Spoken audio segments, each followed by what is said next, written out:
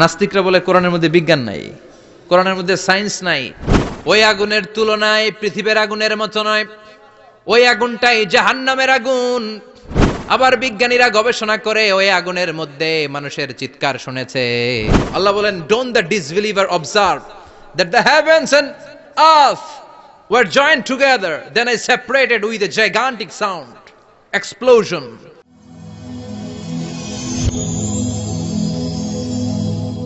Rose TV 24. Enjoy by listening to the Holy Quran.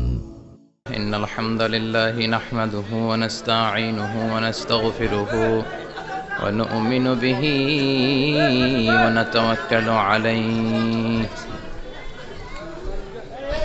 ونعوذ بالله من شرور أنفسنا ومن سيئات أعمالنا من يهده الله فلا مضل له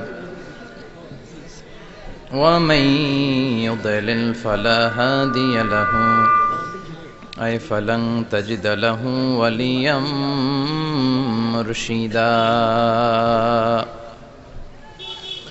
ونشهد أن لا إله إلا الله وحده لا شريك له هو الذي لا ضد له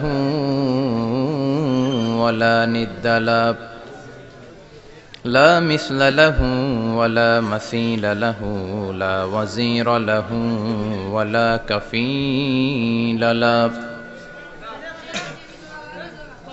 لا شبه له ولا شبيه له لا ولد له ولا والد له وهو الواحد الفرد الصمد لم يلد ولم يولد ولم يكن له كفوا أحد ونشهد أن سيدنا ونبينا وحبيبنا وبشيرنا ونذيرنا وطبيبنا وطبيب أرواحنا وحبيبنا وحبيب ربنا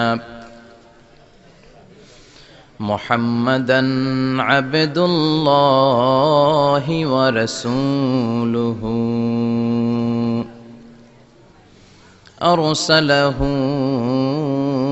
بالحق بشيرا ونذيرا وداعيا إلى الله بإذنه وسراجا منيرا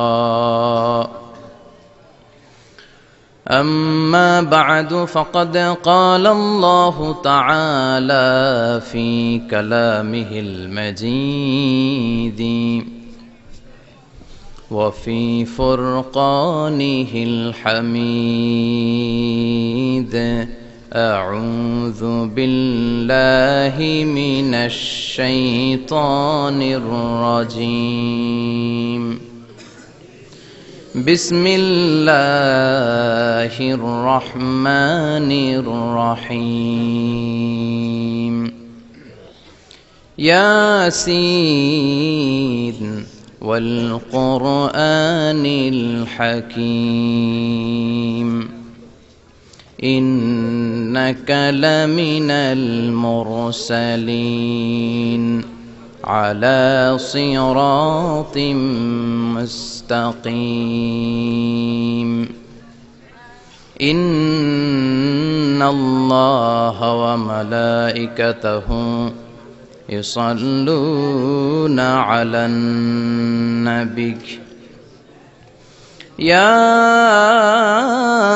أيها الذين آمنوا صلوا عليه وسلموا تسليما اللهم صل على محمد وعلى آل محمد كما صليت على إبراهيم وعلى آل إبراهيم إنك حميد مجيد اللهم بارك على محمد وعلى آل محمد كما باركت على إبراهيم وعلى آل إبراهيم إنك حميد مجيد আপনারা কেমন আছেন সবাই?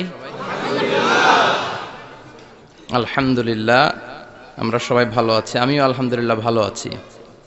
আল্লাহ আমাদেরকে সবসময় ভালো রাখুক, সুস্থ রাখুক, ঈমানের সাথে রাখুক, এটাই আমাদের প্রত্যাশা, ঠিক কি না? আমাদের জীবনের সবচেয়ে দামি জিনিস হচ্ছে আমাদের ঈমান। সবচেয়ে দামি জিনিস কি? সাইয়েদনা বেলাল আল হাবাশি, উমাইয়া ইবনে খালাফ ওনার উপর অত্যাচারের স্টিম রোলার চালালো, কিন্তু ওনার অন্তর থেকে কালেমার বাণীটা ছিনিয়ে নিতে পারল না। মুসা আলাইহিস সালামের উপর অনেক অত্যাচার চালিয়েছিল ফেরাউন, কিন্তু অন্তর থেকে ঈমানকে ছিনিয়ে নিতে পারে নাই। সাইয়েদনা বেলালকে উত্তপ্ত মরুভূমির মধ্যে শুইয়ে দেয়া হলো, পিঠ জ্বলে যাচ্ছিল, পুড়ে যাচ্ছিল। আপনারা জানেন যে আরব দেশের তপ্ত মরুভূমি এতটাই উত্তপ্ত, ওখানে চাল ফেলে দিলে ওইটা ক্ষয় হয়ে যায়, মুড়ি হয়ে যায়। সেটার মধ্যে শুইয়ে দিয়ে বলা হলো এবার আল্লাহরে ডাক। এতক্ষণ ডাকছিল লা ইলাহা ইল্লাল্লাহ, কিন্তু তারপরেও, এত অত্যাচারের পরেও ঈমান ছিনিয়ে নেওয়া যায় নাই। উনি আল্লাহর সংক্ষিপ্ত নাম নিয়ে জিকির করছিলেন। উনি পড়ছিলেন আহাদ। উনি পড়ছিলেন কি? এই আহাদ সূরাতুল ইখলাসের ভেতরে আছে না নাই? কুল হুয়াল্লাহু আল্লাহুস লাম ইয়ালিদ ওয়া লাম ইয়াকুল লাহু কুফুয়ান আহাদ। তো আহাদ হচ্ছে আল্লাহর নাম। এজন্য আমাদের অন্তর থেকে ঈমান ছিনিয়ে নেওয়া এত সোজা না। চিল্লায় বলেন ঠিক কিনা? মুমিনের কাছে সবচাইতে দামি জিনিস হচ্ছে তার ঈমান। ঈমান যদি চলে যায় সে সব হারালো, তার কিচ্ছু নাই। আর ঈমান যদি তার থাকে, তার সব হারিয়ে গেল, তার কিচ্ছু যায় আসে না। চিল্লায় বলেন ঠিক কিনা? এজন্য আমরা সব সময় কামনা করি যে আল্লাহ তাআলা আমাদেরকে ঈমানের সাথে রাখুক। আমরা পড়ি আমিন। এজন্য সব সময় শুকরিয়া করতে হবে একজনের, যিনি আমাদেরকে ঈমানের উপর থাকার তৌফিক এনায়েত করেছেন। তিনি কে? আল্লাহ। আল্লাহর শুকরিয়া কি কম কম না বেশি বেশি?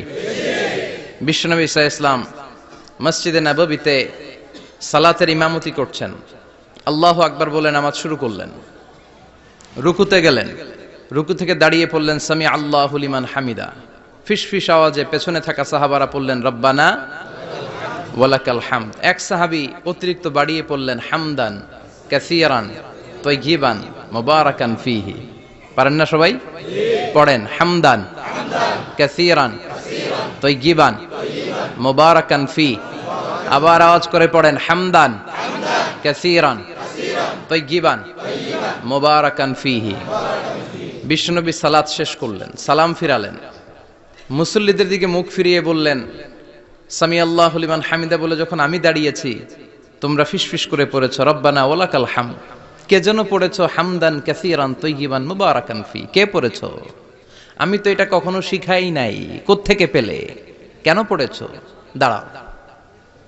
কেউ দাঁড়ায় না, ডানে বায়ে সামনে পেছনে কেউ দাঁড়ায় না। সবাই ভয় পেয়ে গেছে যে কি যেন কি হয়। বিশ্বনবী অভয় দিলেন, বললেন যে আমি কিছু বলবো না, দাঁড়াও। বিশ্বনবী অভয় দেওয়ার পর এক সাহাবী হাত তুলে দাঁড়িয়ে বললেন ইয়া রাসূলুল্লাহ আমি পড়েছি। বিশ্বনবী বললেন কেন পড়েছো? আমি তো এটা শিখাই নাই। সাহাবী বললেন ইয়া রাসূলুল্লাহ আল্লাহর প্রশংসা আমার কম কম করলে অন্তর জুড়ায় না, আমার করতে মনে চায় বেশি বেশি।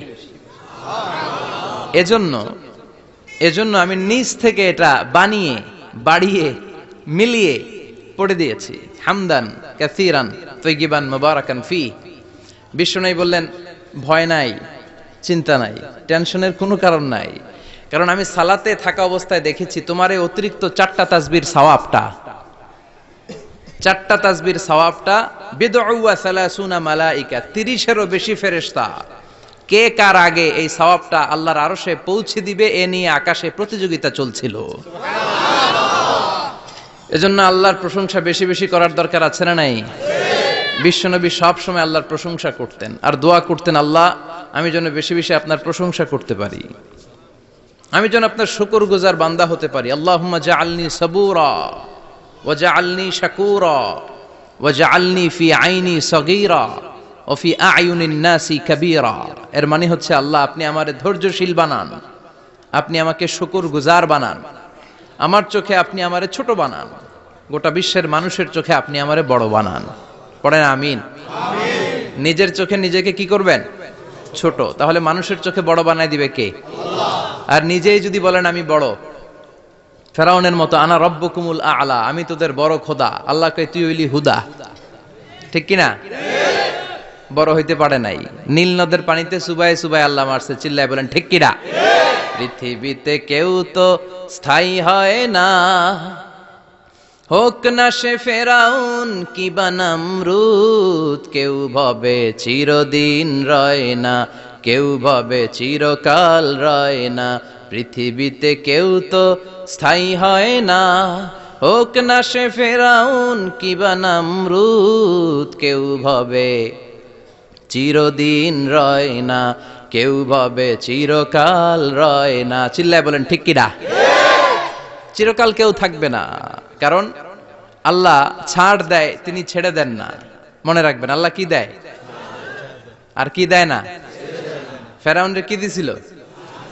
ছাড় দিছে, ছাইরা দিছে। নমরুদরে কি দিছে? ছাড় দিছে, ছাইরা দিছে। এখনো দেখা যায় আল্লাহ অনেককে ছাড় দেয়, ঢিল দেয়, সুযোগ দেয়, কিন্তু আল্লাহ ছেড়ে দিবেন না। চিৎকার করে বলেন ঠিক কিনা? এজন্য সব সময় প্রশংসা করব কার? আল্লাহ। খাওয়ার সময় প্রশংসা কার? আল্লাহ। ঘুমানোর সময় আল্লাহ, জিকির করার সময় আল্লাহ, ঘুষ খাওয়ার সময় আল্লাহ। ঘুষ খাওয়া যাবে না। আর রাশি ওয়াল মুরতাশি কিলাহুমা ফিন্নার, ঘুষ যে দেয় ঘুষ যে নেয় উভয়ই জাহান্নামী। আল্লাহ ঘুষ থেকে আমাদেরকে বাঁচাও। আমিন। বাংলাদেশে ঘুষ আছে না নাই? আছে। সরকারি অফিসগুলোতে শুধু নাই, বেশি। আল্লাহ ঘুষ থেকে হেফাজত করো, যৌতুক থেকে হেফাজত করো, পর্নোগ্রাফি থেকে হেফাজত করো, হিন্দি সিনেমা থেকে হেফাজত করো, মারামারি কাটাকাটি থেকে তুমি আমাদেরকে হেফাজত করো। গোটা বাংলার জমিনে ঐক্য প্রতিষ্ঠা করার তৌফিক দাও। মদিনার সমাজ যেন আমাদের দেশে প্রতিষ্ঠিত হয়, আল্লাহ তুমি তৌফিক দাও। চিল্লায় পড়েন আমিন। এজন্য বিপদে আপদে মুমিন সব সময় প্রশংসা করে কার?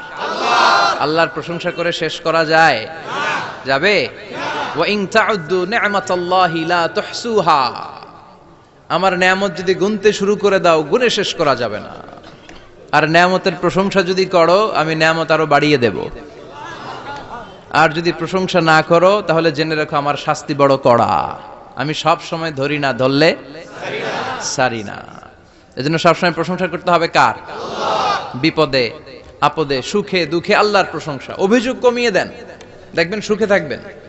এইটা নাই, ওইটা নাই, এইটা পাই নাই, ওইটা পাই নাই, জীবনে এইটা হই নাই রে, ওইটা পাইলাম না রে, এরকম অভিযোগ করে দেদারছে অনেক। এরকম লোক আছে না নাই? এরা অসুখী, এরা অসফল।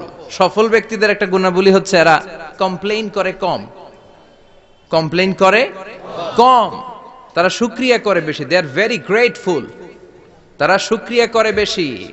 এটা পাই নাই, ওইটা পাই নাই এগুলো বলবেন না, কারণ আপনি যেটা পাইয়া খুশি না, অনেকে এইটা পাওয়ার জন্য সংগ্রাম করে যাচ্ছে। আপনি এখন যেই জায়গাটাতে আছেন এই জায়গাটাতে পৌঁছা অনেকে স্বপ্ন। আপনি এটা পেয়ে খুশি না, কিন্তু আপনার জায়গায় পৌঁছার জন্য অনেকে স্ট্রাগল করে যাচ্ছে, সংগ্রাম করে যাচ্ছে। আপনি যেই পজিশনে আছেন শুধু এই পজিশনে আসাটাই অনেকের স্বপ্ন। তো শুকরিয়া করবেন না কেন? এজন্য সব সময় আমাদের বেশি বেশি শুকরিয়া করতে হবে কার? রব্বুল আলামিন বলেন, কুল লাউ কানাল বাহরু মিদাদান লিকালিমাতি রাব্বি লানাফিদাল বাহরু ক্বাবলা আন তানফাদা কালিমাতু রাব্বি ওয়ালাউ জিনা বিমিসলিহি মাদাদা। সাগরের জলকে কালি করে, গাছের পাতাকে খাতা করে, তোমার মহিমা লেখা শেষ হবে না, যদিও লিখি প্রভু জীবন ভরে। সাগরের জলকে কালি করে, গাছের পাতাকে খাতা করে, তোমার মহিমা লেখা শেষ হবে না, যদিও লিখি প্রভু জীবন ভরে, সাগরের জলকে কালি করে। চিল্লায় বলেন ঠিক কিনা? সব সাগর মহাসাগরের জল যদি কালি হয়ে যায়, কি উপমা দিলেন আল্লাহ!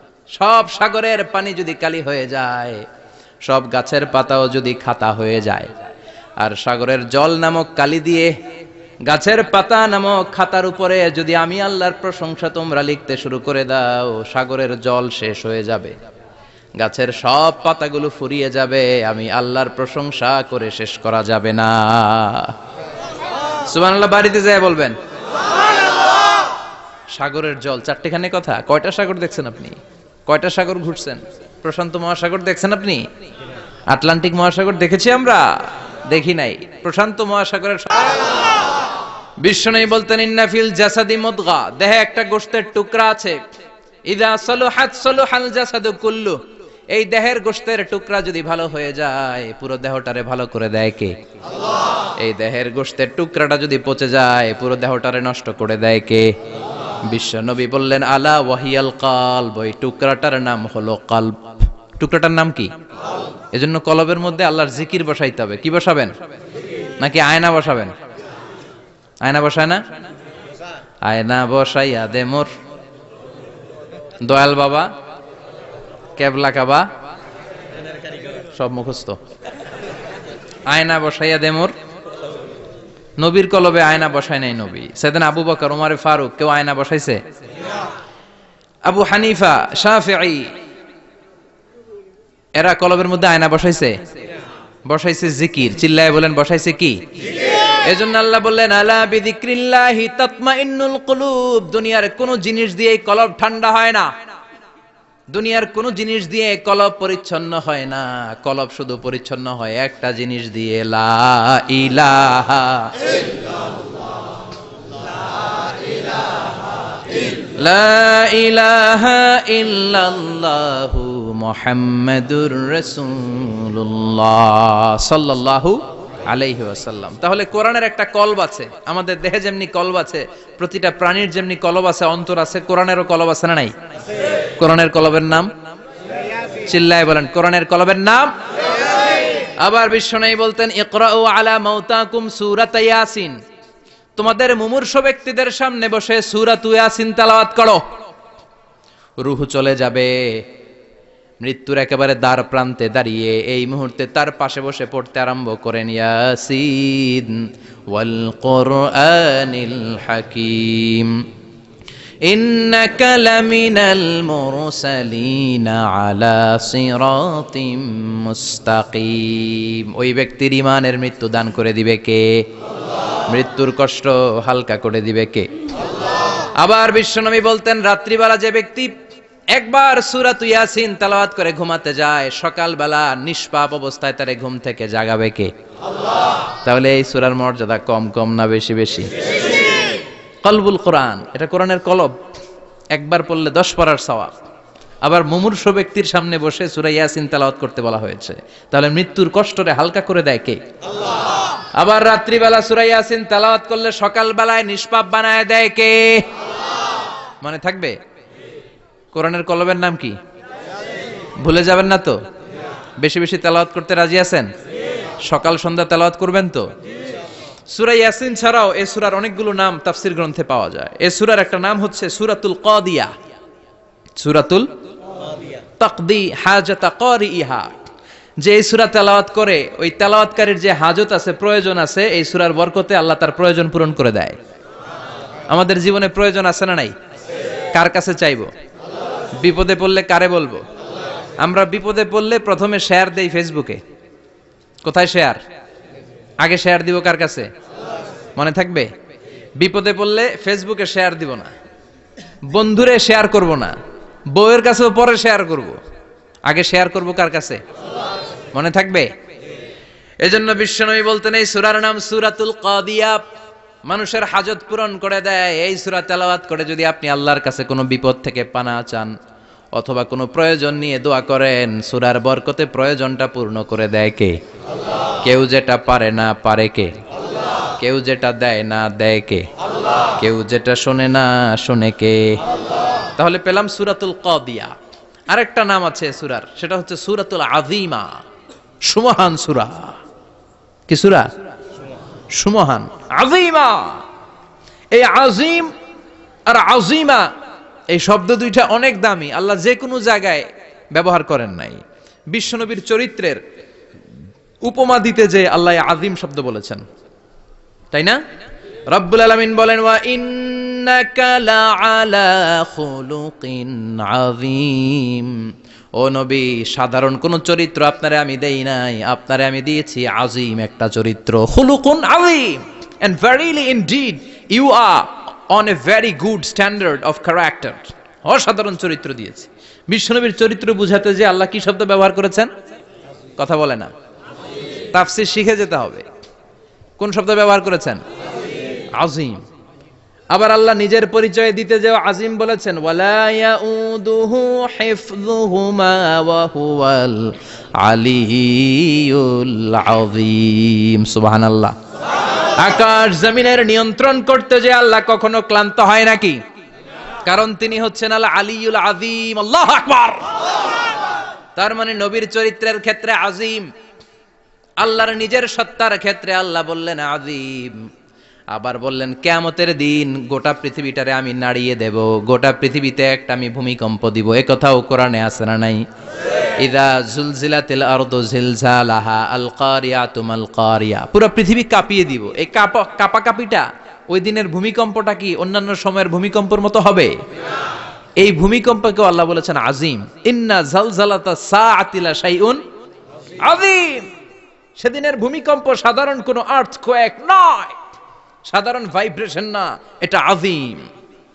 আবার আল্লাহ কোরআনকেও আযীম বলেছেন, ওয়ালাকাদ আতাইনাকা সাবআম মিনাল মাসানি ওয়াল কুরআনাল আযীম। ও নবী, আমি আপনারে নিত্য পাঠনীয় সপ্তবাক্য সূরাতুল ফাতিহা দিয়েছি, সাথে সাথে কোরআনে আযীম দান করেছি। সুবহানাল্লাহ। তার মানে কোরআনের ক্ষেত্রে আযীম, কিয়ামতের ভূমিকম্প এটা আযীম, আল্লাহ নিজেও আযীম, বিশ্বনবীর চরিত্র। আবার এই সূরাটাও যেহেতু দামি, এজন্য এই সূরার নাম সূরাতুল আযীমা, সূরাতুল সুমহান সূরা। এটা যেন তেন সূরা নয়, এটা তো কোরআনের কলব। কলব ছাড়া মানুষ বাঁচে? হার্ট ফাউন্ডেশনে যেয়ে দেখবেন মানুষের কি অবস্থা। হৃদরোগ, হৃদয় যার নষ্ট, তার যে কত কষ্ট। এই যে কি পরানো লাগে এখন, রিং পরায়, এনজিওগ্রাম, এনজিওপ্লাস্টি করে আর্টারি ব্লক করে ফেলে। চর্বি, এত চর্বি আমরা খাই, এত গরুর গোশত আমরা খাই। মনে রাখবেন, যেই প্রাণীর পা বেশি ওইটার ভিতরে কোলেস্টেরল বেশি। মাছের কয় পা? হ্যাঁ, নাই, এখানে নাই, মাছের পাটা নাই, কোলেস্টেরল নাই। মুরগির কয় পা? জোরে বলতে হবে। তার মানে কিছু কোলেস্টেরল আছে না নাই? গরুর কয় পা? কোলেস্টেরল বেশি না কম? এইবার কোন চিংড়ির কয় পা? সবচেয়ে বেশি কোলেস্টেরল কন্টেইন করে শ্রিম্প, প্রন, চিংড়ি। এজন্য এগুলো কম খাইতে হবে। তবে 40-এর আগে যারা আছেন ধুমায়া খান, 40-এর পরে এই যে মাটন, ল্যাম্প, ছাগলের গোশ, খাসির গোশ, চিংড়ি, এগুলো আপনার ডায়েট থেকে বাদ দিয়ে দিতে হবে। বুঝতে পেরেছেন? এজন্য এই সূরাটা যেন তেন সূরা নয়, এটা তো কোরআনের কলিজা, হার্ট, হৃদয়। এজন্য সূরাটা সূরাতুল আযীমা। সুবহানাল্লাহ পড়েন। তার মানে 1 নম্বরে পেলাম সূরাতুল কাদিয়া, 2 নম্বরে পেলাম সূরাতুল আযীমা, 3 নম্বরে সূরার আরেক নাম হলো সূরাতুল মুইম্মা। সূরাতুল মুইম্মা। মুইম্মার 2 অর্থ। এক অর্থ হচ্ছে এটার বরকতটা আম, সবার জন্য, যেই পড়ে সেই বরকত পায়, এজন্য মুইম্মা। আবার মুইম্মার আরেক অর্থ হচ্ছে যেই সূরা শত্রুকে অন্ধ করে দেয়। কি করে দেয়? এই সূরার প্রথম 9টা আয়াত যদি বিপদে পড়ে, শত্রুর কবলে পড়ে আপনি তেলাওয়াত করেন, শত্রুর চোখটারে অন্ধ করে দিবে কে? আল্লাহ। বিশ্বনবী মক্কা থেকে যখন মদিনায় যায়, হিজরতের সময় বিশ্বনবী সূরাতুল ইয়াসিনের প্রথম 9টা আয়াত তেলাওয়াত করলেন। তেলাওয়াত করে আল্লাহর নাম নিয়ে ঘর থেকে বের হলেন। আশেপাশে কাফেররা ঘুরে কিন্তু বিশ্বনবীরে দেখে না, সবাই খালি এরকম এরকম করে, ডানে বায়ে হাতায় বিশ্বনবীর সামনে দিয়ে যায়, কিন্তু কাফেরদের চোখ অন্ধ করে দিয়েছে কে? আল্লাহ। এজন্য কোরআন তেলাওয়াত করলে কাফেরদের চোখকে অন্ধ বানায় দেয় কে? আল্লাহ। এজন্য সূরার একটা নাম হচ্ছে সূরাতুল মুইম্মা। কি নাম? অন্ধ করে দেয়। তাফসিরে কুরতুবির মুসান্নিফ ইমাম আল কুরতুবি, উনাকে জালিম বাদশা বন্দী করেছিল। ওনার তাফসিরে এসেছে উনি শক্তিশালী লোক ছিলেন, জেলখানা ভেঙে বাঁচার জন্য দিছে দৌড়। উনারেও ধরার জন্য জালিম বাদশার সৈনিকেরা ঘোড়া নিয়ে রওনা হয়েছে, উনিও দৌড়ায়, ঘোড়াও পেছন থেকে আসে। ওমিয়া মানুষ কি ঘোড়ার দৌড়ের সাথে পারে? উনি হাঁটতে হাঁটতে হয়রান হয়ে এক বালুর ময়দানে যে ধপাস করে পড়েছেন।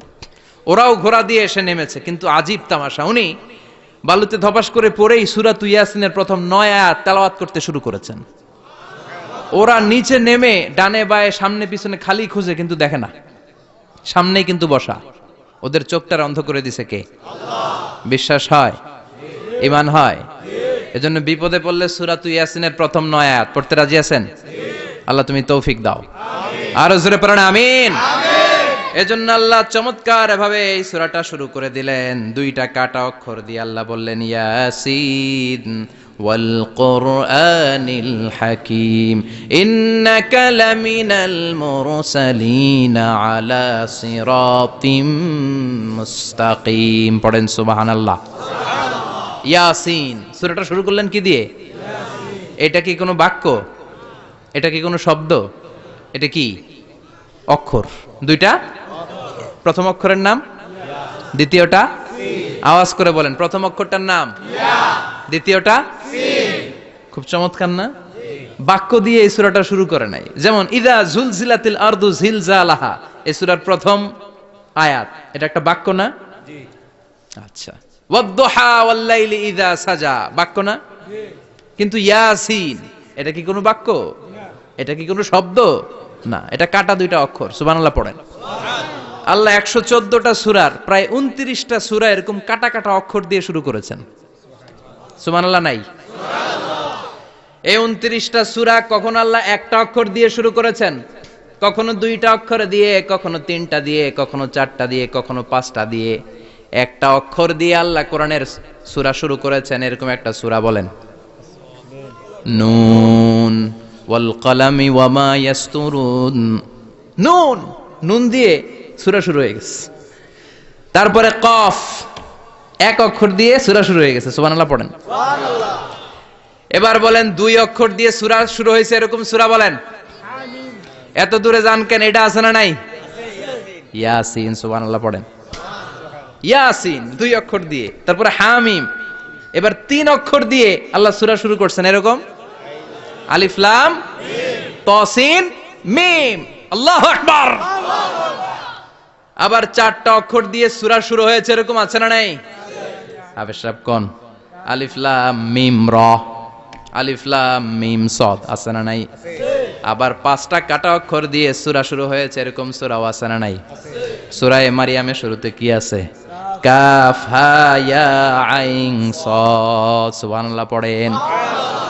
এরকম প্রায় 29টা সূরা আল্লাহ কাটা কাটা অক্ষর দিয়ে শুরু করেছেন, কোনো বাক্য দিয়ে নয়, কোনো শব্দ দিয়ে নয়। কি দিয়ে? হারফ দিয়ে। হারফ, এই হারফগুলোরে বলে হুরুফ আত-তাহাজ্জি বা হুরুফ আল মুকাত্তাআত, কাটা কাটা অক্ষর। মনে রাখবেন কোরআনের আয়াতগুলো 2 ভাগে বিভক্ত, একটা মুহকাম, একটা মুতাশাবিহ।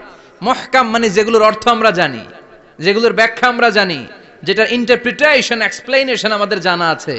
আর মুতাশাবিহ আমরা অর্থ জানি না, আমরা ব্যাখ্যা জানি না, এটা দিয়ে আসলে কি বুঝাইছে আমরা কেউ জানে না। জানে একজন, চিল্লায় বলেন তিনি কে? আল্লাহ বলেন ওয়া ইন কুনতুম ফি রাইবিম মিম্মা নাযালনা আলা আবদিনা ফাআতু বিসূরাতিন মিন মিসলিহি ওয়াদউ শুহাদাআকুম মিন দুনিল্লাহি ইন কুনতুম সাদিকিন। আল্লাহ বললেন ও জাহেলি যুগের লোকেরা, শোনো শোনো, এত আরবি কবিতা বানাতে পারো, এত গল্প লিখতে পারো, আরবিতে এত নোবেল বানাতে পারো, উপন্যাস বানাতে পারো, আর্টিকেল লিখতে পারো, আমার নবীর উপর যে কোরআন আমি নাজিল করেছি এই কোরআনের ব্যাপারে অন্তরে যদি কোনো সন্দেহ থাকে, বাপের বেটা হলে পারলে কোরআনের মতো একটা সূরা বানিয়ে নিয়ে আসো। পারছে? কিয়ামত পর্যন্ত কেউ পারবে?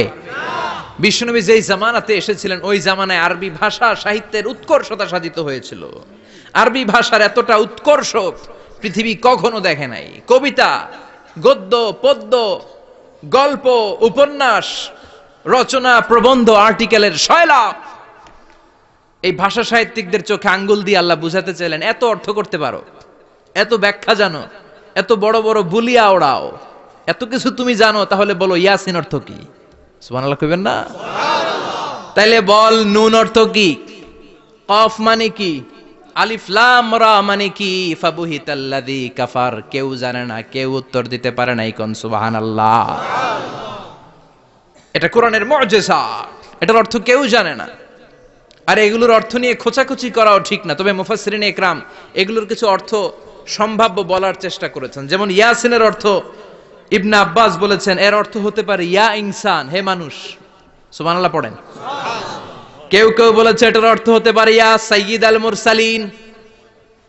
কেউ কেউ বলেছেন ইয়াসিন হতে পারে ইসমুল্লাহ, আল্লাহর নাম। কেউ বলেছেন এটা হতে পারে ইসমুন লিন নবী, বিশ্ব নবীর নাম।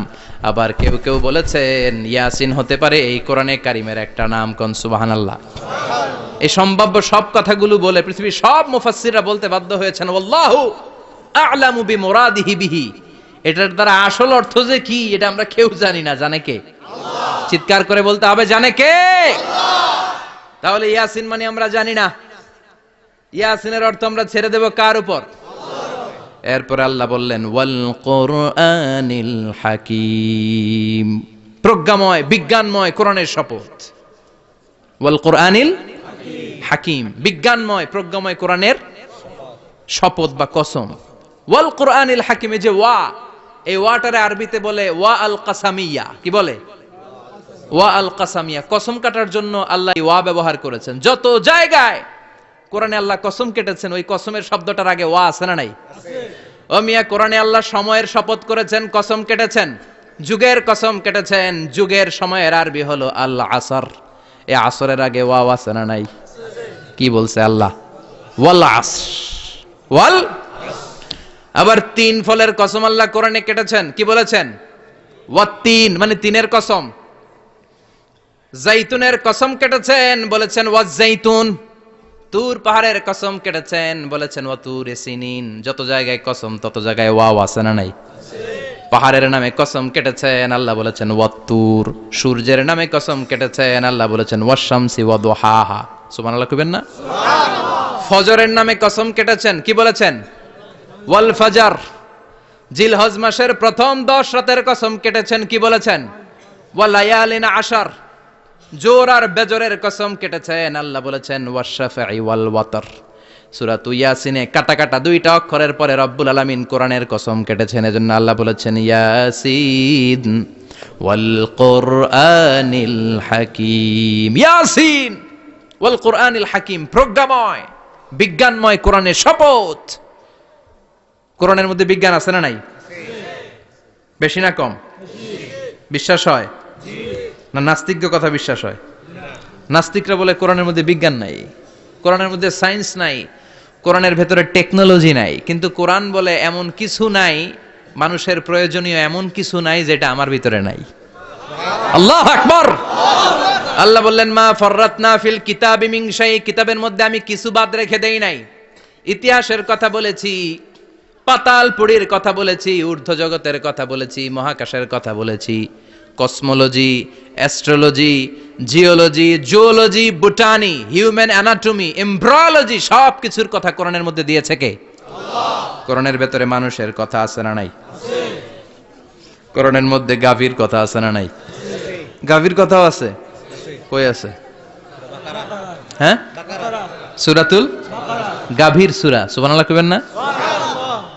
মানুষের কথা আছে সূরাতুল ইনসান, জিনদের কথা আছে সূরাতুল জিন, মাকড়সার কথা আছে সূরাতুল আনকাবুত, মৌমাছির কথা আছে সূরাতুন নাহাল।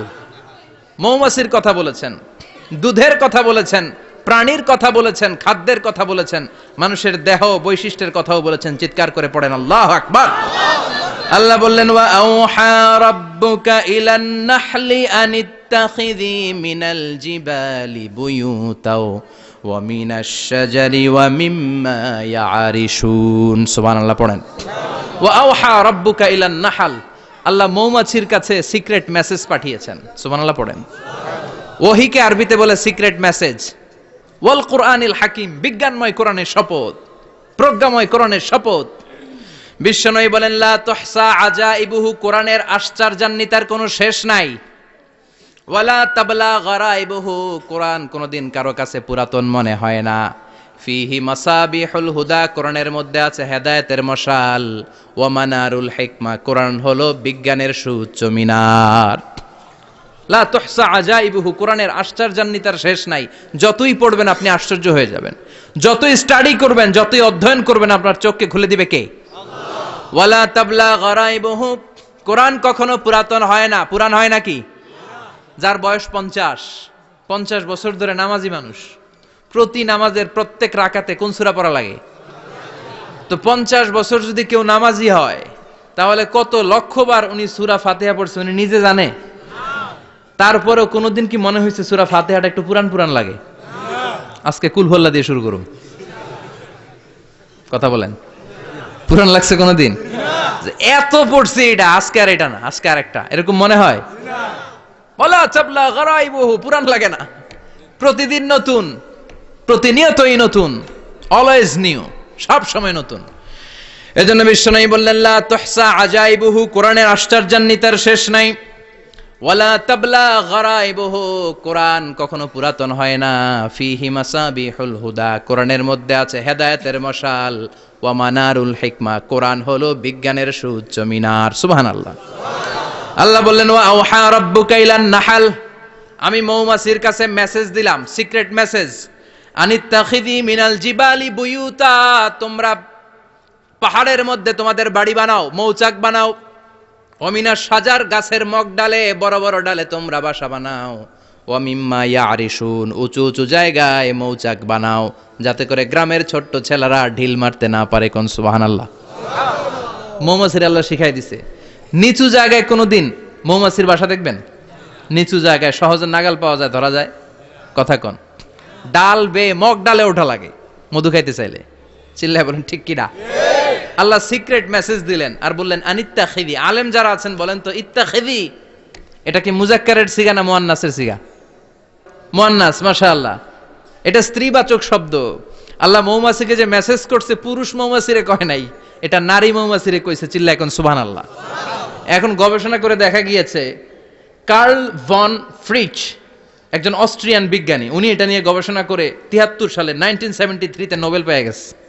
এই আয়াতের উপর গবেষণা করে আল্লাহ কেমন করে সিক্রেট মেসেজ দিয়েছেন, কেমন করে মৌমাছি মৌচাকের বাসা বাঁধে, কেমন করে মধু আহরিত হয়, এটার উপর গবেষণা করে উনি একটা বই লিখেছেন, দ্য ডান্সিং বিজ। নেচে যাওয়া মৌমাছিগুলো, নাচতে নাচতে যেতে থাকা মৌমাছিগুলোর উপর একটা বই লিখে, দ্য ডান্সিং বিজ লিখে উনি নোবেল প্রাইজ পেয়েছেন এই মধুর উপরে। চিল্লায় পড়েন আল্লাহু আকবার। এখন কোরআনের আয়াত থেকে বোঝা গেল আনিত্তাখিযি মিনাল জিবালি বুয়ুতা, আল্লাহ নারী মৌমাছিকে বলেছেন মৌচাক বানাও, তোমাদের মধু রাখার জন্য বাসা বানাও। কার্ল ভন ফ্রিচ গবেষণা করে পেয়েছে মৌচাকের বাসা বানানো হয়, মধু আহরণ করা হয়, যেই মৌমাছিটা নেতৃত্ব দেয় এটা পুরুষ মৌমাছি নয়, এটা হলো মহিলা মৌমাছি। কোন সুবহানাল্লাহ। পুরো মৌচাকের মধ্যে মধু আহরণ, মধু নেওয়া, পুরো প্রসিডিউরটা সারার জন্য কোনো পুরুষ মৌমাছি লিডিং দেয় না, লিডিং দেয় একটা নারী মৌমাছি, স্ত্রী মৌমাছি। এজন্য ইত্তাখিয, ম্যাসকুলিন জেন্ডার ইউজ না করে আল্লাহ বলেছেন ইত্তাখিযি।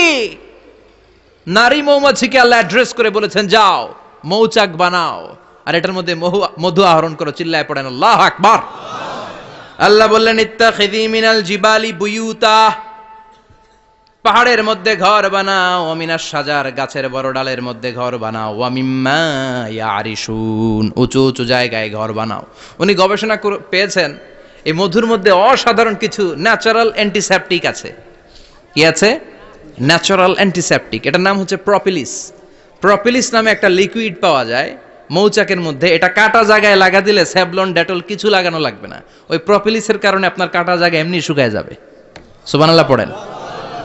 দ্বিতীয় বিশ্বযুদ্ধে রাশিয়ান যত সৈনিকরা যুদ্ধে আহত হতো, ওরা আলাদা করে অ্যান্টিসেপটিক খাইতো না, ওরা মধু আইনা লাগাই দিত আর সুস্থ হয়ে যেত। সুবহানাল্লাহ পড়েন। নিউজিল্যান্ডের কিছু বিজ্ঞানীরা আবিষ্কার করেছে মৌমাছির হুলের ভিতরে রেমিটিক ফিভারের অ্যান্টিবায়োটিক আছে। অনেকের বাত জ্বর হয়, বাতের ব্যথা থাকে না, থাকে? মুরব্বীদের বেশি হয়। ওই জায়গার মধ্যে যদি আপনি মৌমাছি এনে ঢুকাই দিতে পারেন, মৌমাছির হুল লাগাই দিতে পারেন, ভালো হয়ে যাবে। মৌমাছি যখন হুল ফুটায় আরাম লাগে না অনেক? খাইছেন? কামড় খাইছেন? হ্যাঁ, মজা লাগে। তো নিউজিল্যান্ডের এই গবেষকরা এরা আবিষ্কার করেছে যে মৌমাছি যদি হুল ফুটিয়ে দেয়, ওইখানে বাতের ব্যথা থাকলে, বেদনা থাকলে এটা ভালো হয়ে যাবে। আমি নিজে দেখেছি, বিবিসি একটা ডকুমেন্টারি, ইজিপশিয়ান একজন ফিজিশিয়ান, চিকিৎসক, উনি ওনার বাতের ব্যথায় আক্রান্ত যত রুগীরা আছে ওদের গায়ের মধ্যে মৌমাছি এনে এনে নিজে নিজে হুল ফুটায়। রুগী চিৎকার মারে, ও মাগো, ও আল্লাহ গো, কিন্তু একদিন পরে ব্যথা নাই, আর কয় ভালো হয়ে গেছি। সুবহানাল্লাহ কইবেন না? তো এজন্য এই কার্ল বন ফ্রিজ 1973-তে দ্য ডান্সিং বিজ লেখে গোটা বিশ্বকে তাক লাগিয়ে দিয়েছে। তার গবেষণার প্রতিটি পয়েন্ট কোরআনের এই আয়াতের সাথে মিলে যায়। চিৎকার করে পড়েন আল্লাহু আকবার। এই যে আমরা মধু খাই, এই মৌচাকের ভেতরে অন এন অ্যাভারেজ অ্যারাউন্ড 60,000 মৌমাছি থাকে। তিন ভাগে, একটা হচ্ছে কুইন বি, একটা মেল বি, আর একটা হচ্ছে ওয়ার্কার বি। একটা থাকে রানী মৌমাছি, এর নেতৃত্বে সবাই চলে। আর একটা থাকে মেল বি, পুরুষ মৌমাছি, বংশ বাড়ানোর জন্য এদের কাজে লাগে। আর সব হচ্ছে ওয়ার্কার বি, সবাই কাজ করে। আল্লাহ বললেন সুম্মা খুলি মিন কুল্লি সামারাত ফাসলুকি সুবুলা রাব্বিকি যুলুলা। আল্লাহ সিক্রেট মেসেজ দিয়ে বললেন, গাছের উপরে বাসাবাদ, পাহাড়ের উপরে মৌচাকের বাসাবাদ, উঁচু উঁচু জায়গায় তোমরা তোমাদের বাসা বাঁধো। সুম্মা কুলি মিন কুল্লি সামারাত, এরপর এলাকার যত মিষ্টি মিষ্টি ফুল আছে, ফল আছে, ওখান থেকে রস নিয়ে আসো। সুবহানাল্লাহ। পুষ্প রস সংগ্রহ করে মধুগুলো, এটার বলে sweet nectar. They collect the sweet nectar from the flowers.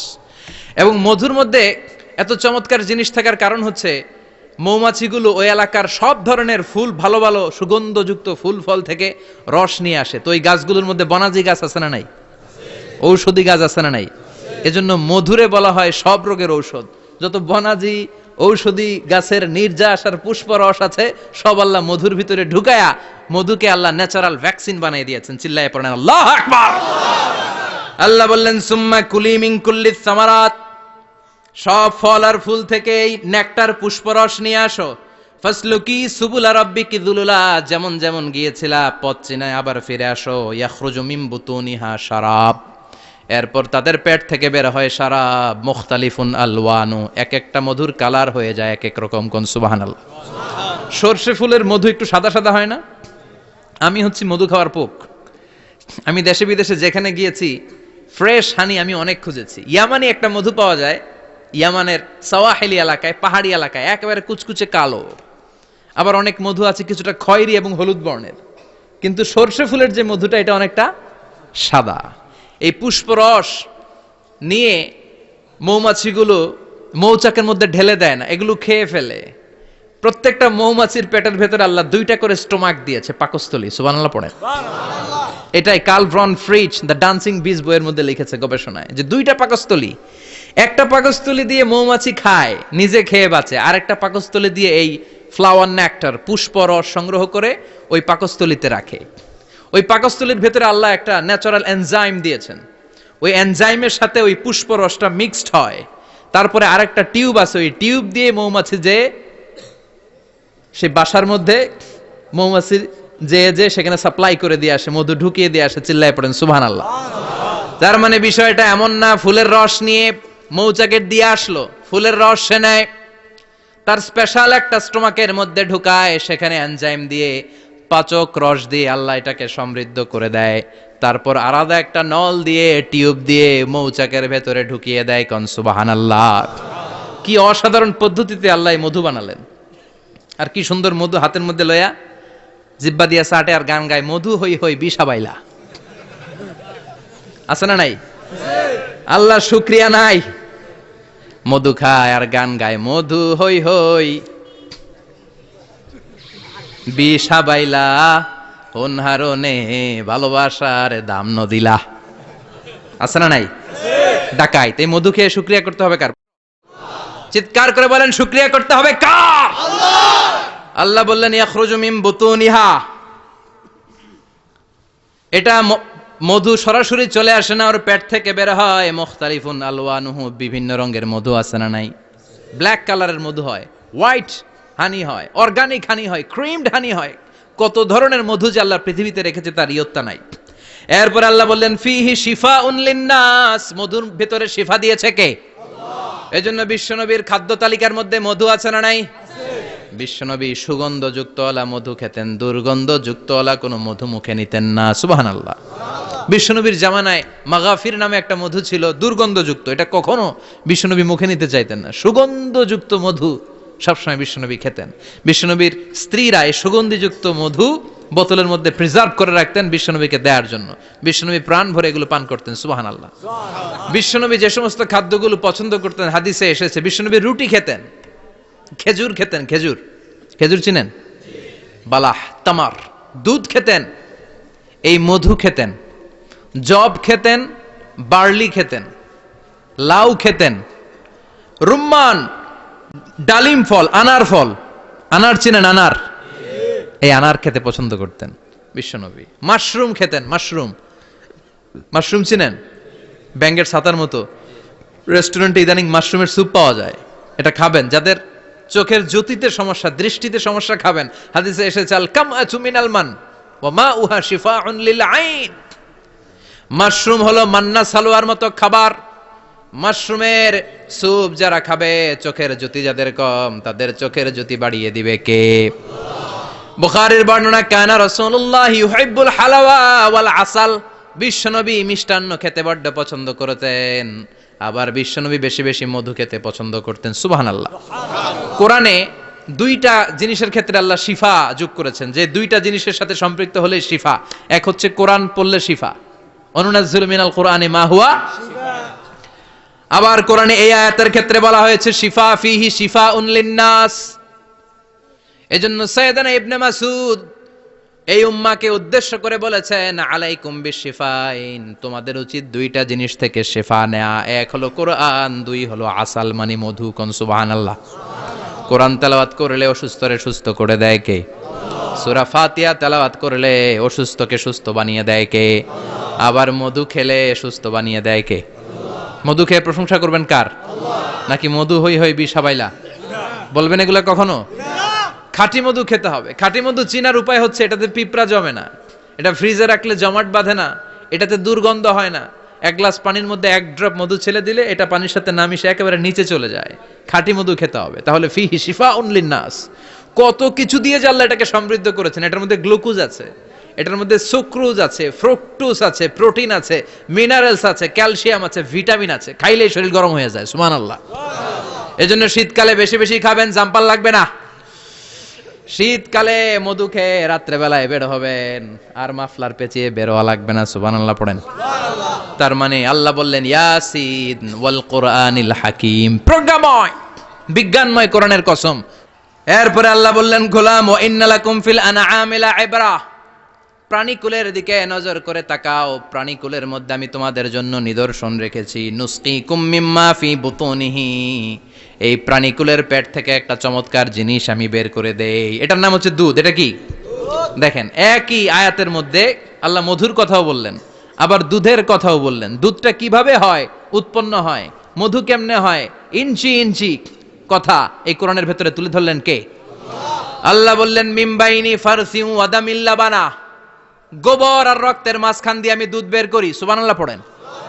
আমরা যাই এই গাভীর ওলান টানা শুরু করি সকালবেলা বিসমিল্লাহ বলে, কিন্তু কেমনে যে এটা আসে ওইদিকে নজর নাই। ডাকাত বিসমিল্লাহ বলে শুরু করে না, দুধ খাই আলহামদুলিল্লাহ পড়ে না, আছে না নাই? আল্লাহ বলেন মেকানিজমটা শোনো কেমনে আমি খাওয়াই। আল্লাহ বললেন মিমবাইনি ফারসি ওয়া দামিল লাবানা, গোবর আর রক্তের মাঝখান দিয়ে আমি দুধ বের করে দেই। সুবহানাল্লাহ। গরু যে ঘাস খায়, এই ঘাস থেকে রক্ত হয় আর গরুর গোবর হয়। পেটের একদিকে থাকে গোবর, আরেক দিকে থাকে রক্ত। রক্ত দুর্গন্ধ, গোবরও দুর্গন্ধ। রক্তও নাপাক, গোবরও নাপাক। এই দুই নাপাক আর দুর্গন্ধের মাঝখান দিয়ে সুগন্ধযুক্ত দুধ বের করে দেয় কে? আল্লাহ বললেন মিমবাইনি ফারসি ওয়া দামিল লাবানা, গরু যে খাবারগুলো খায় ওই খাবারের এক পাশ দিয়ে গোবর হয়ে যায় আর এক পাশ দিয়ে রক্ত হয়ে যায়, মাঝখান দিয়ে দুধ বের করে দেয় কে? What a amazing mechanism of discharging milk from animal's body. What a amazing mechanism. একদিক দিয়ে গোবর দুর্গন্ধ, আরেক দিক দিয়ে এই ঘাস খাওয়ার কারণে রক্ত হয়, মাঝখান দিয়ে দুধ বের হয়ে যায়। সুবহানাল্লাহ। আবার বাছুর ছাড়া দুধ পাওয়া যায় না। গাভী আছে কার কার? হাত তোলেন তো। বাছুর ছাড়া দুধ পাওয়া যায়? শুধু গাভী, বাছুর নাই, দুধ আসবে? আবার এই যে বিশাল বড় ওলান, 20 কেজি দুধ দেয় প্রতিদিন, এই ওলান কাটলে দুধ পাওয়া যায়? এক ফোঁটা দুধও ওলানটা কেটে টুকরা টুকরা করলে আপনি পাবেন না। এটা আলাদা মেকানিজম। এটা ভিতর থেকে একটা নির্যাস। বাছুর নিয়ে দুইটা ঢু মারবেন, ওই নির্যাস দিয়ে দুধ বেরোতে থাকবে, গোবর আর রক্তের মাঝখান দিয়ে চিৎকার করে পড়েন আল্লাহু আকবার। এজন্য বিশ্বনবী বলতেন বেশি বেশি দুধ খাও। দুধ হলো সুষম খাদ্য। পৃথিবীতে আবিষ্কৃত যত খাবার আছে, দুধের চাইতে ভালো খাবার আছে নাকি? কথা কন। মানুষ পানি খেয়ে 3-4 দিন বাঁচে, জানেন?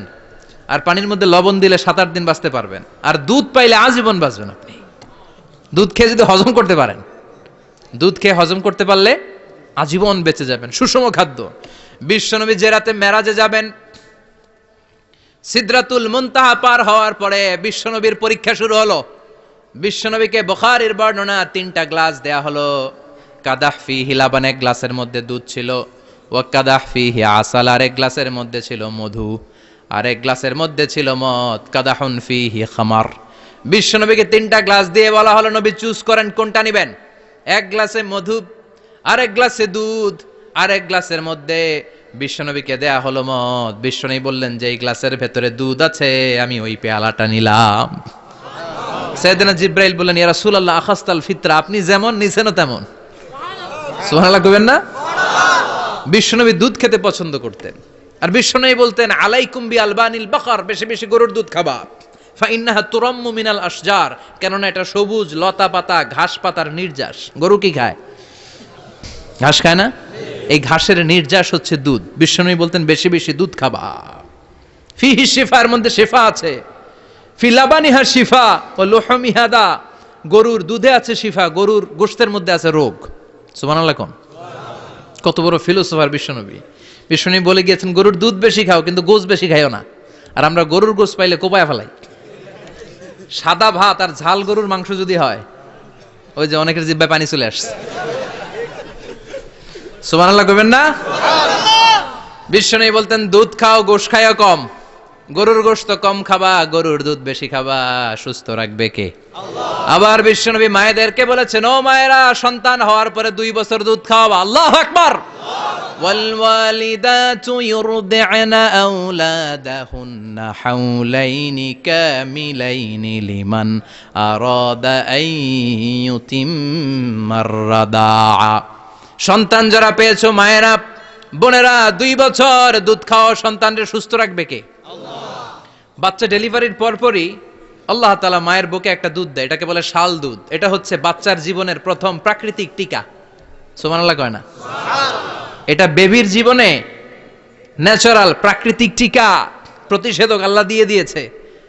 আপনার বাচ্চাকে টিকা দিন, স্লোগান আছে না? 5টা-7টা টিকা দেয়া লাগে। প্রথম টিকাটা আল্লাহ নিজেই ফ্রি দিয়ে দিছে। এটা শাল দুধের ভেতরে পাওয়া যায়। এজন্য বাচ্চাকে শাল দুধ খাওয়াতে হবে। তার ব্রেনের গ্রোথ হবে, সে শক্তিশালী হবে, সে দেশপ্রেমিক হবে, সে আল্লাহওয়ালা হবে। চিল্লা এখন ঠিক কিনা? যে মায়েরা বাচ্চারে দুধ খাওয়ায়, ওই বাচ্চারা মায়েরে ভালোবাসে বেশি। আর যেই মা গুলো বাচ্চারে দুধ না খাওয়ায় আর ডানু খাওয়ায়, আর কি কি আছে? হরলিক্স আর সিরালেক, কমপ্লেট। যারা এগুলো খাওয়াবে, ডানু খাওয়াবে, যারা ল্যাকটোজেন খাওয়ায়, যারা বুকের দুধ খাওয়াতে চায় না কোনো কারণ ছাড়া, 2 বছর বাচ্চারে দুধ দিতে চায় না, এই বাচ্চাগুলো বড় হলে ওই মারে বৃদ্ধাশ্রমে দিয়ে আসবে। কথা কন, কথা কন। এজন্য মায়েরা, বোনেরা, সন্তান হলেই তাকে বুকের দুধ দিয়ে আল্লাহর পক্ষ থেকে যে টিকাটা, এই টিকাটা পেটের ভেতরে ঢুকায় দিতে হবে। চিল্লা এখন ঠিক কিনা? এটা হচ্ছে ন্যাচারাল টিকা। এজন্য আল্লাহ বললেন, ইয়াসিন ওয়াল কোরআনিল হাকিম। ইয়াসিন, বিজ্ঞানময় কোরআনের শপথ। কোরআনের মধ্যে বিজ্ঞান আছে না নাই? অভাব নাই। কয়টা শুনবেন? আল্লাহ কসমোলজির কথা বলেছে, অ্যাস্ট্রোলজি কথা। কসমোলজি হচ্ছে সৃষ্টি তত্ত্ব। কসমোলজি কি? সবাই বলেন কসমোলজি কি? আল্লাহ বললেন, আওয়ালাম ইয়ারাল্লাযীনা কাফারু আন্নাস সামাওয়াতি ওয়াল আরদা কানাতা রাতকান ফাফাতাকনাহুমা কাফেররা কি দেখে না মহাবিশ্বের সব কিছু একসাথে মিলে ঝিলে ছিল, বিশাল এক বিস্ফোরণের মাধ্যমে আমি মহাবিশ্ব তৈরি করেছি। সুবহানাল্লাহ। আদিতে শুরুতে কিন্তু সব আকাশ, বাতাস, জমিন, চন্দ্র, সূর্য, নক্ষত্র, গ্রহ, নীহারিকা পুঞ্জ, গ্যালাক্সি, ব্ল্যাক হোল সবকিছু মিলেমিশে একসাথে ছিল। এটার ঘনত্ব ছিল খুব বেশি। মহাবিশ্বের সবকিছু ছিল একটা বিন্দু। এটাকে বিজ্ঞানীরা নাম দিয়েছে দ্য সিঙ্গুলারিটি, মহা একত্ব। এরপর একটা প্রচন্ড বিস্ফোরণের মধ্য দিয়ে মহাবিশ্ব সৃষ্টি হয়েছে। এটার ওরা নাম দিয়েছে বিগ ব্যাং থিওরি। কি নাম? স্টিফেন হকিং সবচেয়ে বড় পদার্থবিজ্ঞানী ছিল। সে একটা বই লিখেছে, from the brief history of time, a brief history of time from big bang two black hole. সেখানে সে প্রমাণ করেছে কোরআনের এই আয়াত, কানা তারাতকান, মহাবিশ্বের সবকিছু একটা বিন্দু ছিল। চাঁদ, সূর্য, গ্রহ, তারা সবকিছু ছিল। কথা বলেন, সবাই বলেন, একটা মাত্র বিন্দু ছিল। আল্লাহ বলেন, don't the disbeliever observe that the heavens and earth were joined together, then I separated with a gigantic sound, explosion. সব একসাথে ছিল, চাঁদ, তারা, আকাশ, নদী, নালা সব একসাথে। তারপরে একটা বিকট বিস্ফোরণের মধ্য দিয়ে পৃথিবী হয়েছে, এ চাঁদ হয়েছে, চন্দ্র হয়েছে, সূর্য হয়েছে, মহাবিশ্বের সবকিছু এই মহাবিস্ফোরণের মধ্য দিয়ে হয়েছে। চিৎকার করে পড়েন আল্লাহু আকবার।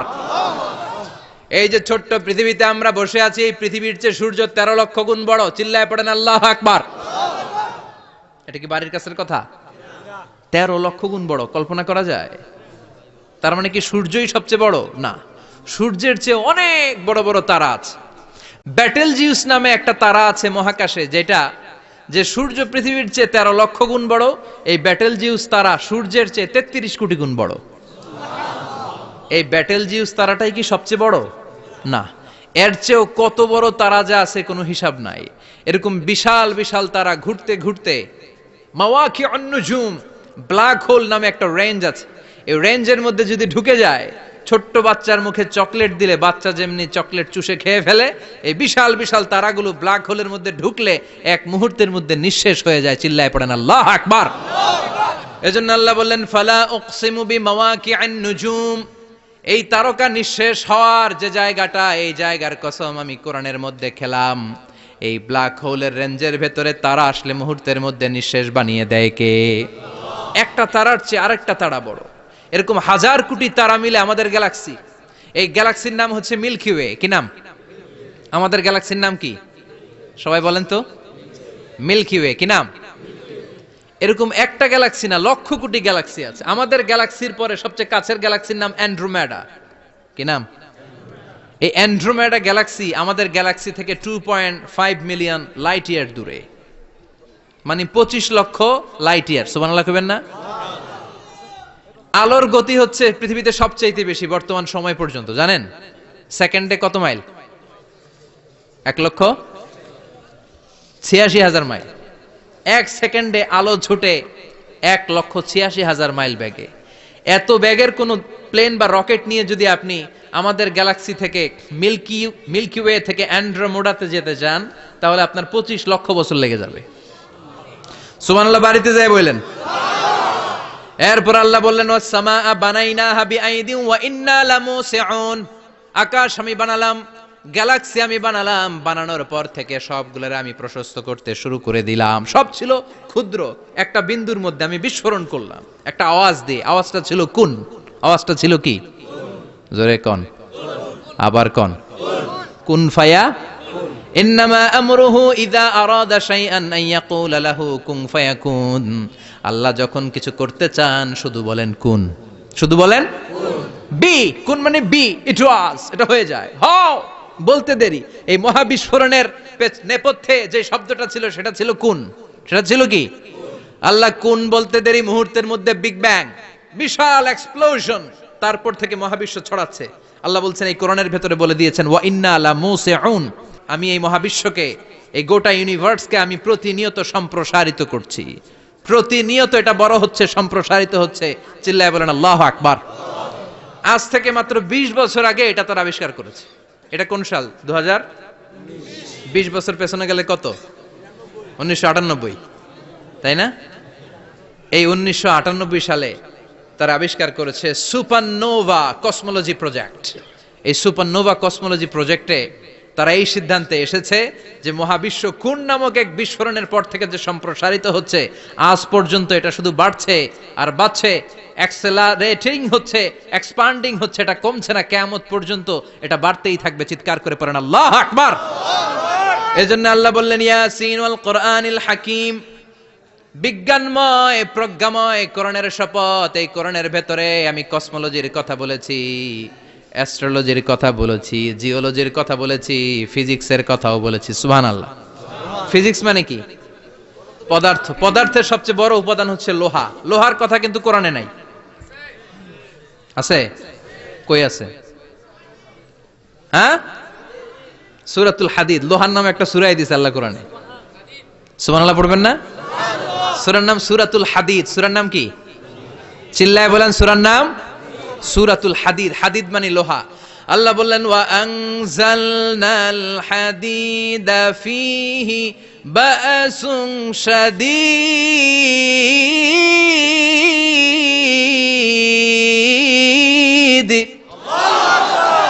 ওয়া আনজালনাল হাদিদ ফীহি বা'সুন শাদীদ, আমি লোহা নাজিল করলাম আর লোহার ভেতরে আমি ভয়ঙ্কর শক্তি ঢুকাইয়া দিলাম। সুবহানাল্লাহ।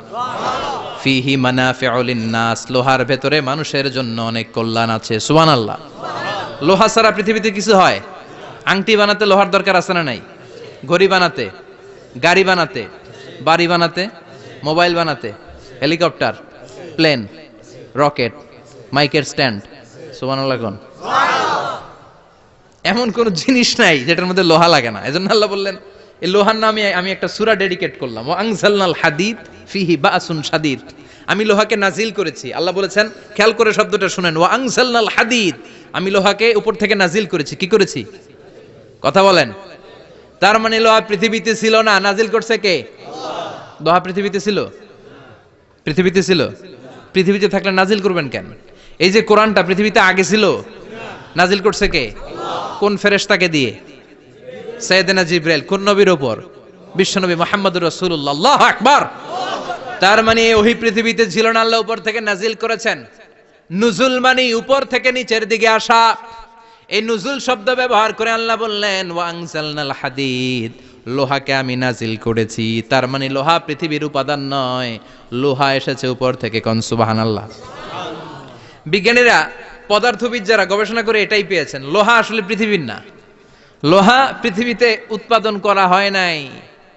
লোহার যে মলিকিউল, অণু আছে, লোহার একটা অণু তৈরি করার মতো ক্ষমতা পৃথিবীর নাই।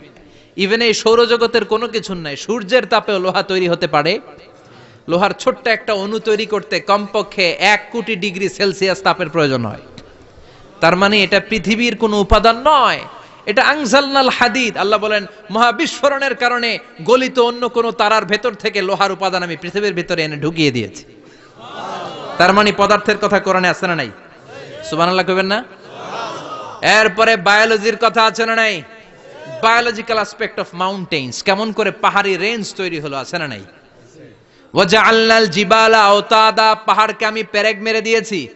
ওমিয়া কাঠের ভেতরে যখন পেরেক মারেন, পেরেকের বেশিরভাগ অংশ কাঠের ভেতরে ঢুকে যায়, উপরে দেখা যায় সামান্য, ঠিক কিনা? তো লোহা যদি আল্লাহ পেরেক মারেন, উপরে যা দেখা যায় এটা সামান্য, আসল পাহাড় তো মাটির নিচে। সুবহানাল্লাহ কইবেন না? আসল পাহাড় কোথায়? পেরেক যদি কাঠের মধ্যে ঢুকিয়ে দেন, পুরো পেরেকটা কাঠে ঢুকে যায় না, উপরে দেখা যায় কদ্দুর? সামান্য। পাহাড়ের যা আপনি দেখেন এটা তো পেরেকের মাথা, পুরো পাহাড়টা আল্লাহ জামিনের ভেতরে গেড়ে দিয়েছেন। চিল্লায় পড়েন আল্লাহু আকবার। আবার আল্লাহ বললেন অমিনাল জিবালি জুদাদুম বিদু ওয়া হুমরুম মুখতালিফুন আলওয়ানু, আছে না নাই?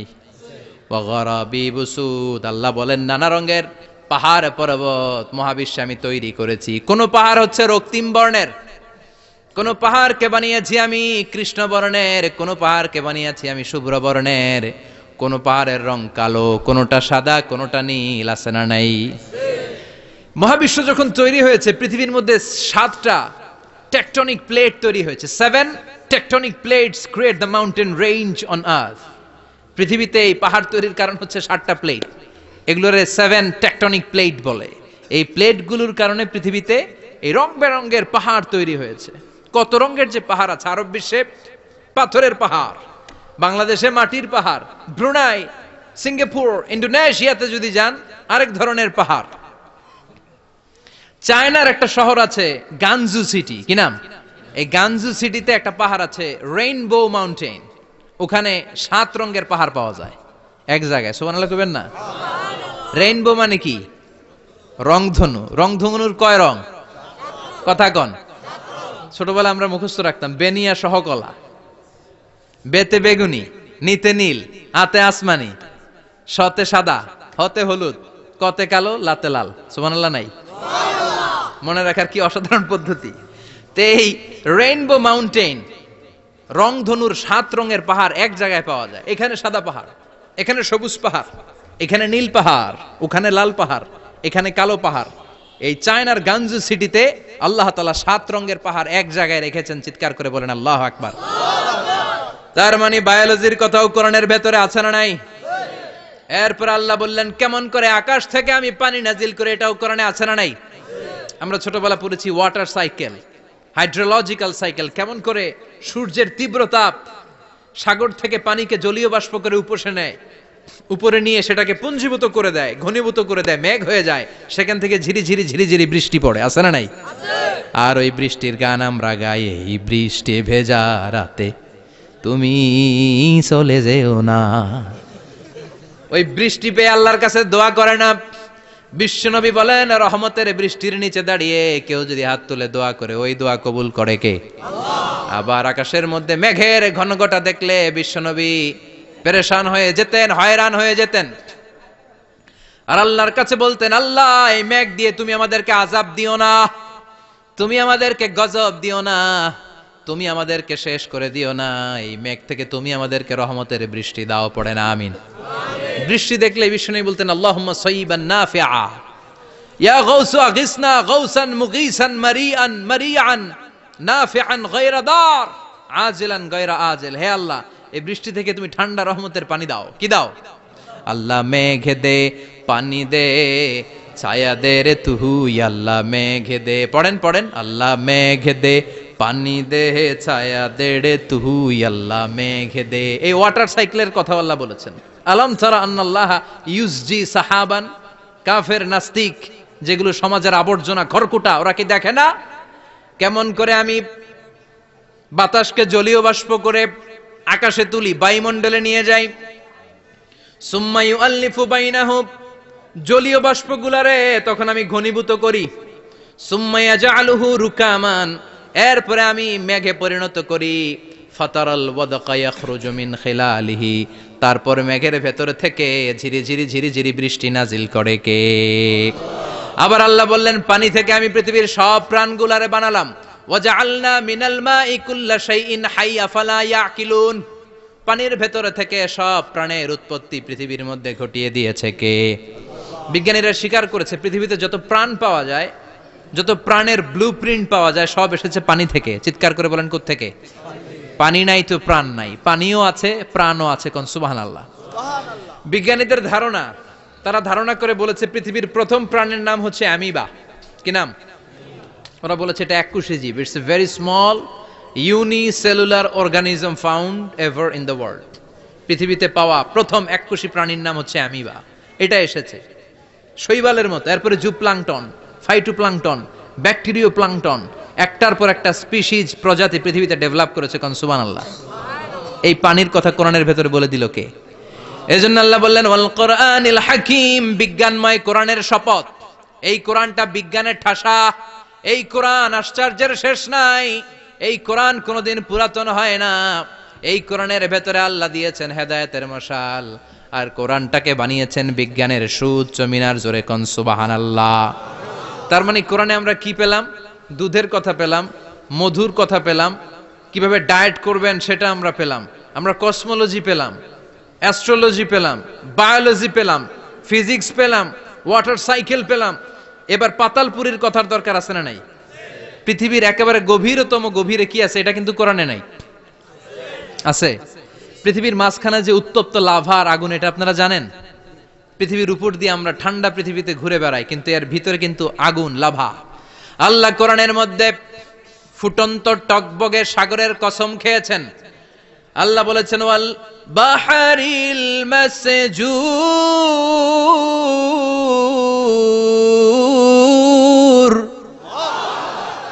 আমি এই কোরআনের ভেতরে ফুটন্ত টকবগে সাগরের পানির কসম খেলাম, পড়েন সুবহানাল্লাহ। সাগরের পানির ফুটন্ত টকবগে সাগরের পানির কসম। সাগরের পানি আবার ফুটন্ত হয় কি করে? পানি কি হয়? ঠান্ডা। পানি কি? কথা বলেন। আল্লাহ পৃথিবীর ভেতরকার কথা চিন্তা করে বলেছেন ওয়াল বাহরিল মাসজুর। ইউনাইটেড স্টেটস অফ আমেরিকার নেভাল একাডেমির সায়েন্টিস্টরা এই আয়াতের উপর রিসার্চ করেছে যে সাগরের ভেতরে আবার এই ঠান্ডা পানির ভেতরে আবার উত্তপ্ত আগুনের লাভা আসলো কোত্থেকে। রিসার্চ করার জন্য তারা সাগরের ভেতরে পাইপ ঢুকিয়েছে। পাইপ ঢুকাতে ঢুকাতে অনেকগুলো লেয়ার তারা পার করেছে। রূপান্তর শিলার স্তর, পাললিক শিলার স্তর, আগ্নেয়গিরির শিলার স্তর, মার্বেল পাথরের অনেকগুলো শিলার স্তর পেরিয়ে যাওয়ার পরে তারা পাইপ ঢুকানোর পরে দেখতে পেয়েছে পাইপগুলো গলে যায়। পাইপগুলো কি হয়? তার মানে ভিতরে কি আছে?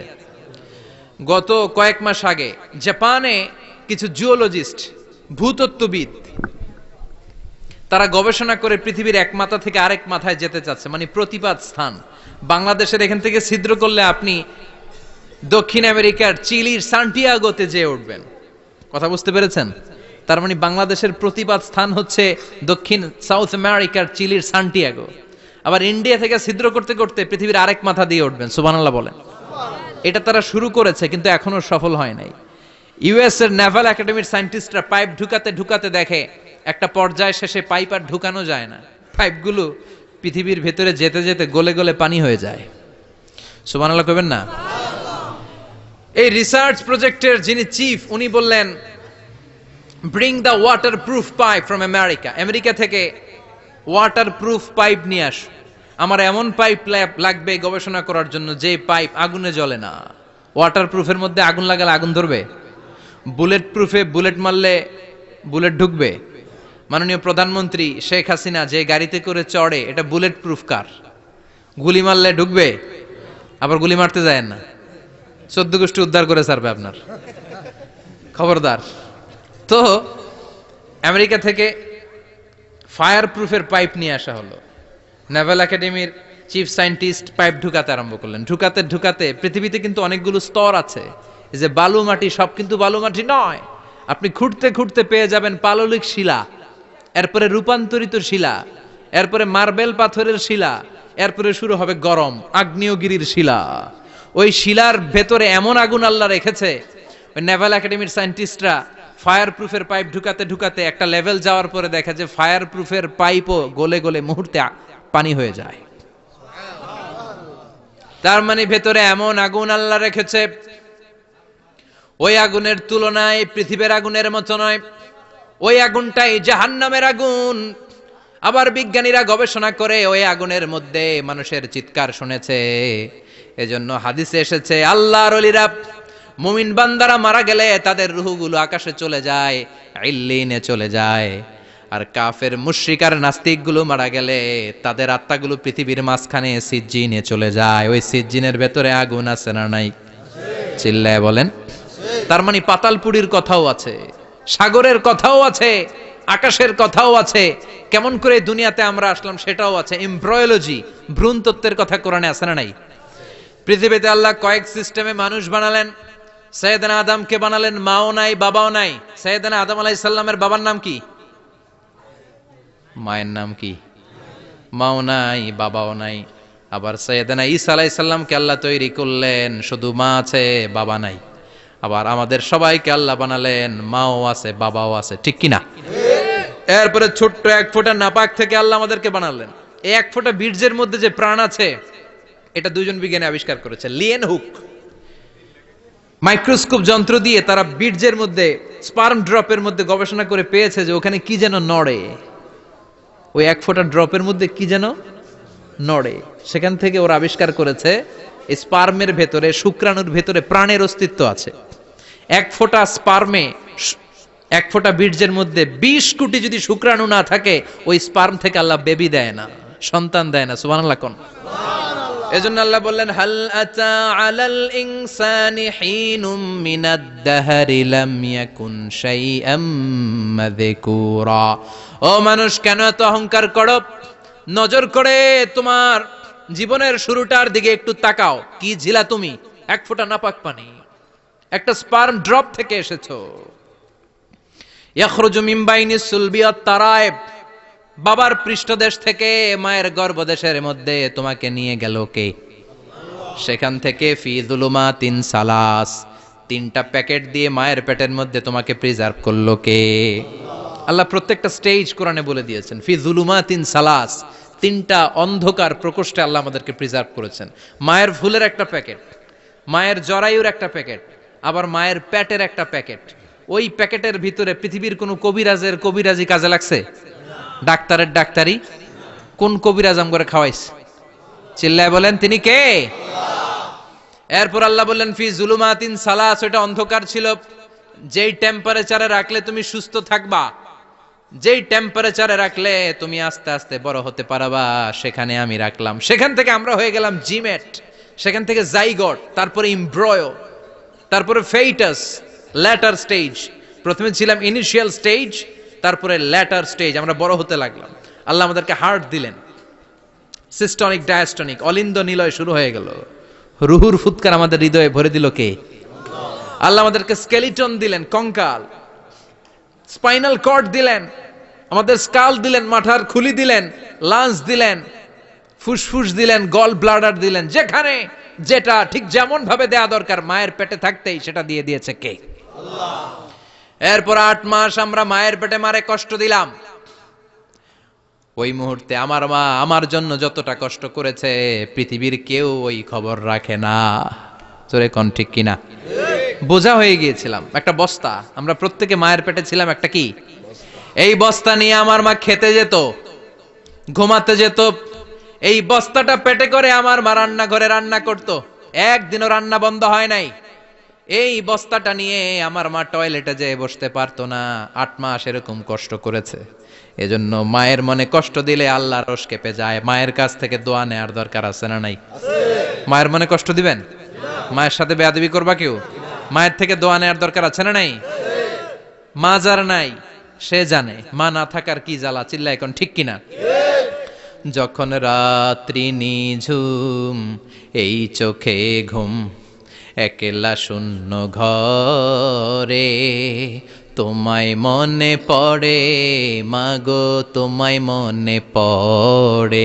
যখন রাত্রি নিঝুম, এই চোখে ঘুম, একলা শূন্য ঘরে, তোমায় মনে পড়ে মাগো, তোমায় মনে পড়ে। ঠিক কিনা? এজন্য এই মায়ের জন্য দোয়া করার দরকার আছে না নাই? আল্লাহ বললেন 8 মাস 9 মাস মায়ের পেটের ভেতরে ছিলা, তারপরে দুনিয়ার বুকে তোমারে আনলো কে? ছোট্ট নাপাক ছিলাম, এই ছোট্ট এক ফোঁটা পানি থেকে আমাদেরকে বড় করছে কে? আল্লাহ। তার মানে এমব্রয়োলজি, ভ্রূণ তত্ত্বের কথা কোরআনের ভেতরে আছে না নাই? সে আল্লাহ বললেন ইয়াসিন ওয়াল কোরআনিল হাকীম ইন্নাকা লামিনাল মুরসালিন আলা সিরাতিম মুস্তাকিম। সুবহানাল্লাহ পড়েন। আল্লাহ বললেন ইয়াসিন, এরপরে বললেন আল কোরআনিল হাকীম, প্রজ্ঞাময় কোরআনের শপথ। বিশাল একটা শপথ কেটে আল্লাহ বললেন ইন্নাকা লামিনাল মুরসালিন আলা সিরাতিম মুস্তাকিম। ইন্নাকা লামিনাল মুরসালিন, অবশ্যই অবশ্যই নবী হে আপনি রাসূলদের অন্তর্ভুক্ত। চিল্লায় কোন সুবহানাল্লাহ। তিনি যে রাসূল এটার সার্টিফিকেট এই আয়াতে দিয়েছে কে? এরপর আল্লাহ বললেন আলা সিরাতিম মুস্তাকিম, ও নবী আপনি সিরাতুল মুস্তাকিমের উপর আছেন। যেই দোয়াটা প্রতিটা নামাজের মধ্যে প্রতিদিন প্রত্যেক রাকাতে সূরা ফাতিহাতে আমরা পড়ি, ইহদিনাস সিরাতাল মুস্তাকিম। ও আল্লাহ, show us the right path, show us the correct path. আপনি আমাদেরকে সোজা পথ দেখান। আল্লাহ এখানে সার্টিফিকেট দিলেন, নবী গো লক্ষাধিক পয়গম্বর যে আমি পেয়েছি তাদের শ্রেষ্ঠতম রাসূল করে আমি আপনাকে প্রেরণ করেছি। আর হেদায়েতের সুউচ্চ মশাল দিয়ে আমি আপনাকে সিরাতুল মুস্তাকিমের উপর রেখেছি। চিল্লায় পড়েন আল্লাহু আকবার। এই জন্য বিজ্ঞানময় কোরআনের সাথে নিজেদের সম্পর্ক বাড়ানোর দরকার আছে না নাই? কোরআন পড়লে দুনিয়া এবং আখিরাতে মর্যাদা বাড়ায় দিবে কে? কোরআনের আইন দিয়ে সমাজটারে সাজানোর দরকার আছে না নাই? কোরআন দিয়ে আমাদের সমাজটা সমৃদ্ধ হোক আমরা চাই কি চাই না? কোরআন দিয়ে আমার সংসদ ভবন চলুক, আমার 300 জন মেম্বার অফ দ্য পার্লামেন্ট কোরআনের আয়াত দিয়ে সংসদে কথা বলুক আমরা চাই কি চাই না? আমাদের মিলিটারিগুলো কোরআনের আওতায় চলুক, আমাদের দেশটা কোরআন দিয়ে চলুক। আমার লাল সবুজের পতাকা সংসদ ভবনের এক পাশে, আর কালিমার লা ইলাহা ইল্লাল্লাহর পতাকা আরেক পাশে পতপত করে উড়বে, আমরা চাই কি চাই না? সেজন্য কোরআনের সাথে আমাদের সম্পর্ক বাড়াতে হবে, নিজে কোরআন পড়তে হবে, কোরআন বুঝতে হবে, কোরআনের উপর আমল করতে হবে। রাজি আছেন তো?